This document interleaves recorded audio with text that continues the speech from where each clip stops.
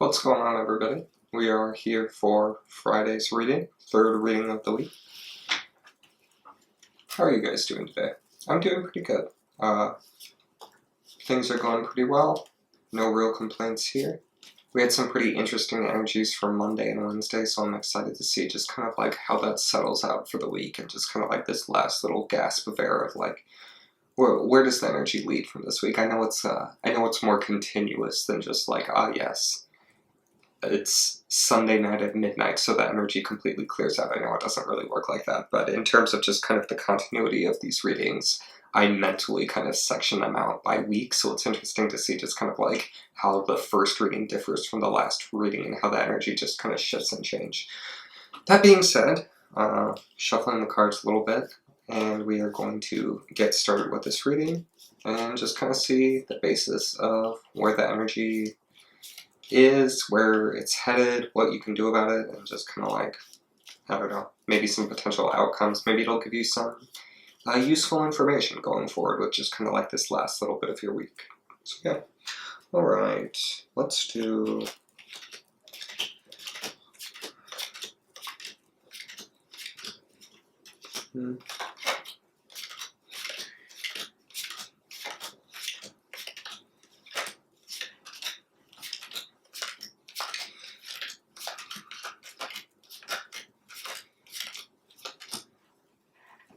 I normally like to try things a little bit differently in terms of the Friday readings. I like to maybe get a little more experimental, so I decided to count out the cards. I shuffle it, and then I count out the 3 cards that I want to use. You know, as I'm saying that, let's do a 4th card. Let's be wild if we're already breaking the rules.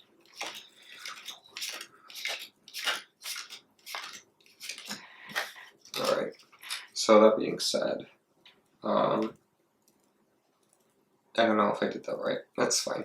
But yeah, I like to sometimes just shuffle it and let that kind of be the thing that determines, and then instead of picking the card out that I want, I'll count out specific numbers. In that case, I did 10, just because 10 was feeling right. I think in a previous reading I had done 13, but I kind of like to decide it beforehand and then do it all at once, just so that way it's like more consistent.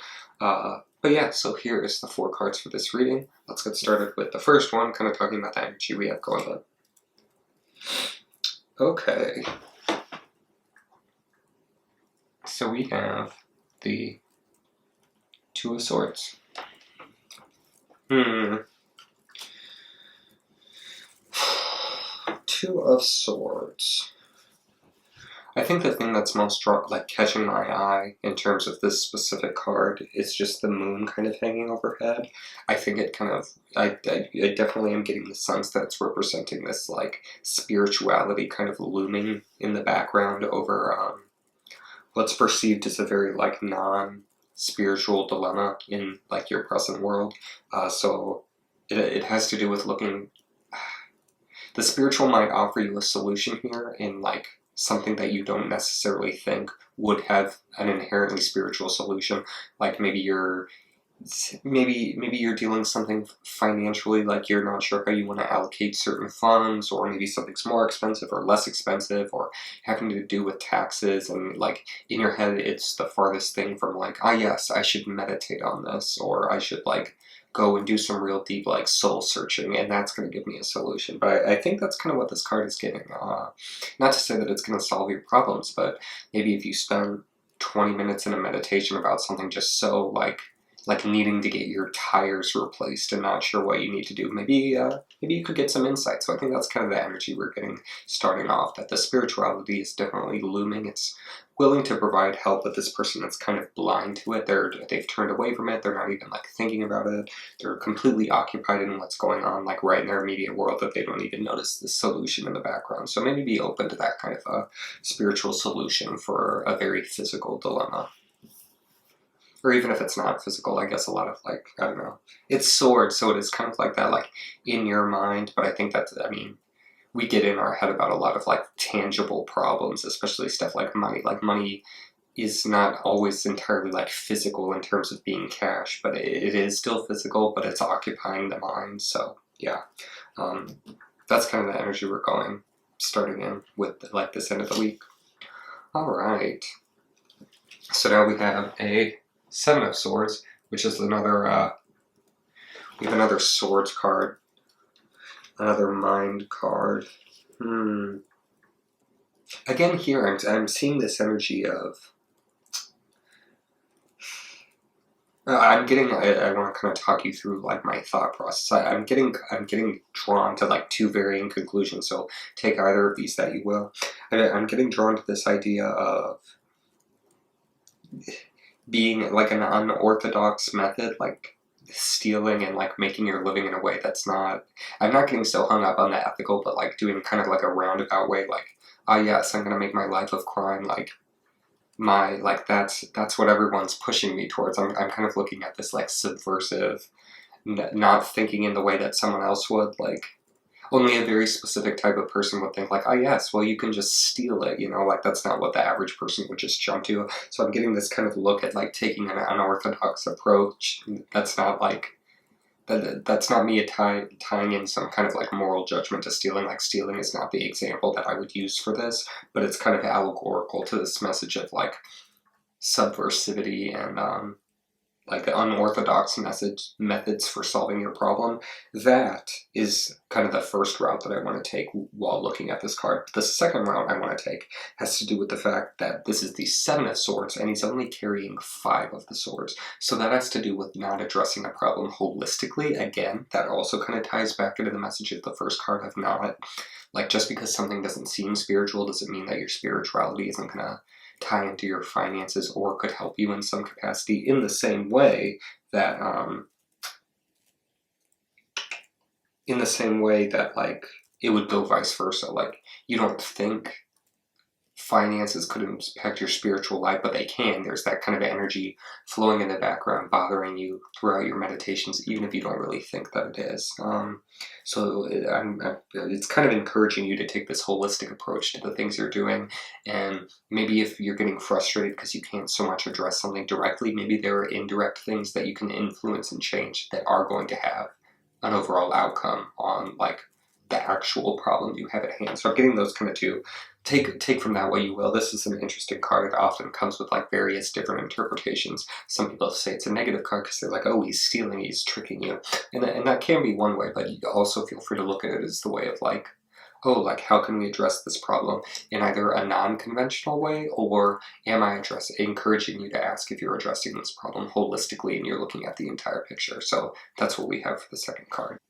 All right, the third card we have here, and not so much doing the past, present, future, because we have 4 cards instead of 3, but I'm kind of looking at it as like a continuous solution. Like I think we still are moving somewhat linearly, but it's not so clear-cut. It's just kind of the past, present, and future. So the next thing to consider would be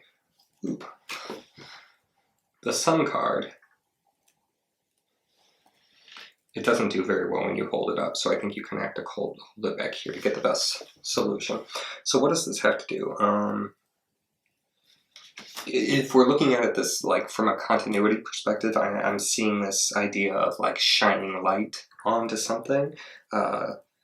It's very, the sun is kind of the center stage of here. It's shining its light. It is holistic. It is getting rid of the shadows. It's seeing things from different perspective. It's kind of illuminating all perspectives. So it's really not the same as like it's not the same as like different perspectives, because all these perspectives kind of meld into one. It becomes like the perspective when you're fully like integrating them all into like your different ideas and your different plans. So I think this is again kind of an encouragement if we're looking at this as somewhat like an outcome card as we're moving like later through the week and like later down in this process of like change and things happening.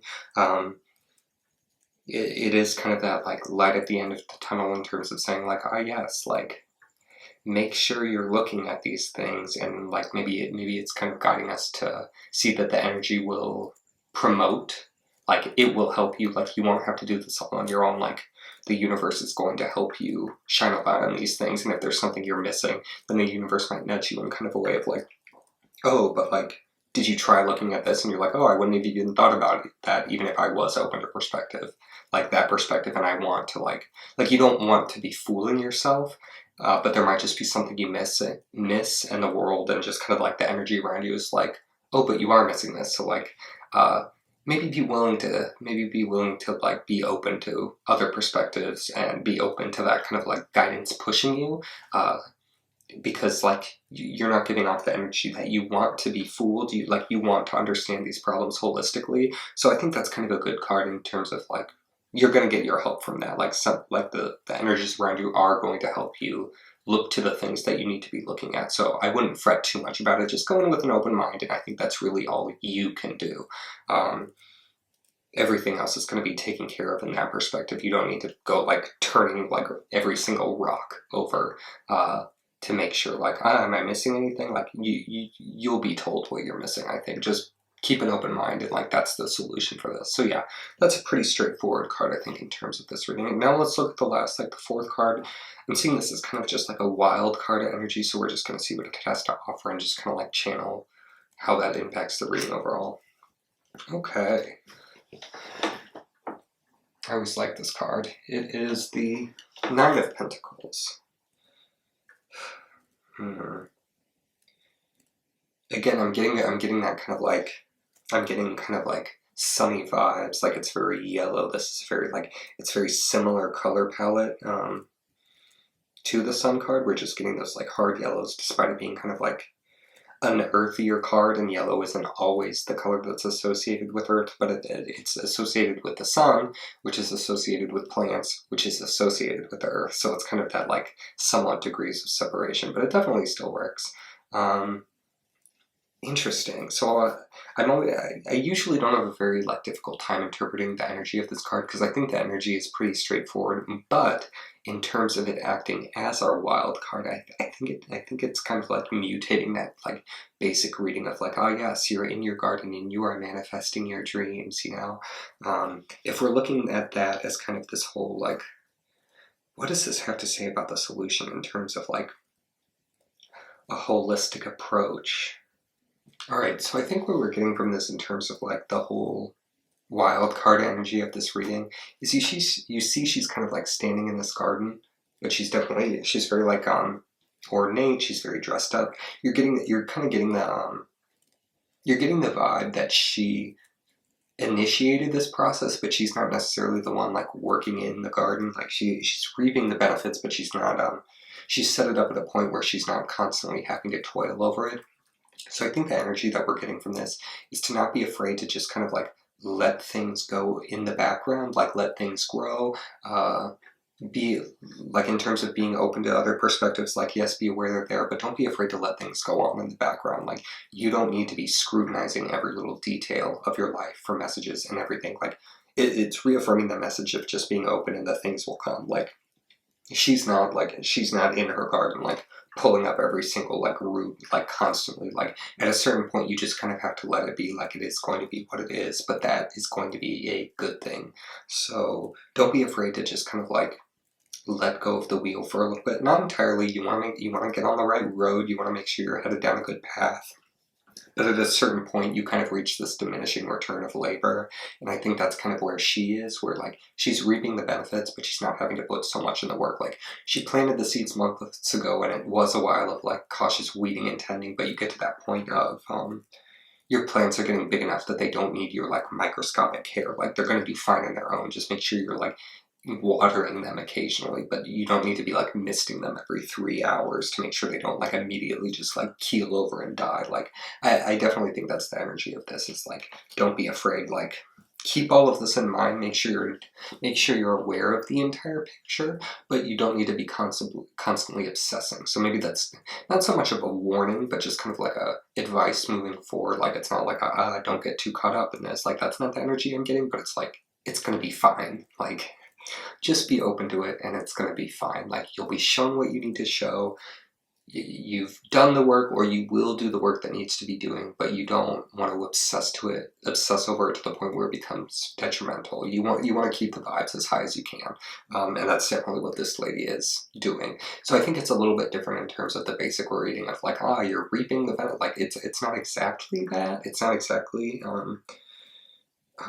the thing I like about tarot, it's always kind of like cross-examining the meanings of the cards with the placement they have in your reading, and that's kind of why I like to determine what the card is saying before just pulling a card and being like, it can mean whatever, because then you're just kind of, that doesn't seem very like intellectually stimulating to me in terms of getting a better understanding of the card. But like, how can this card be applied to different circumstances? So that's why I like trying out these different readings and these different spreads, because I think that's an interpretation of this card that I wouldn't normally see. So I'm glad we set that up before, because it gave this card kind of like the ability to speak in a very specific context and give us some advice that maybe we wouldn't normally get from this card. So I think the idea of like letting your garden grow around you, as opposed to just kind of like painstakingly like micromanaging. This is kind of like an anti-micromanaging message, like let things be. Nobody wants to be with that person in the office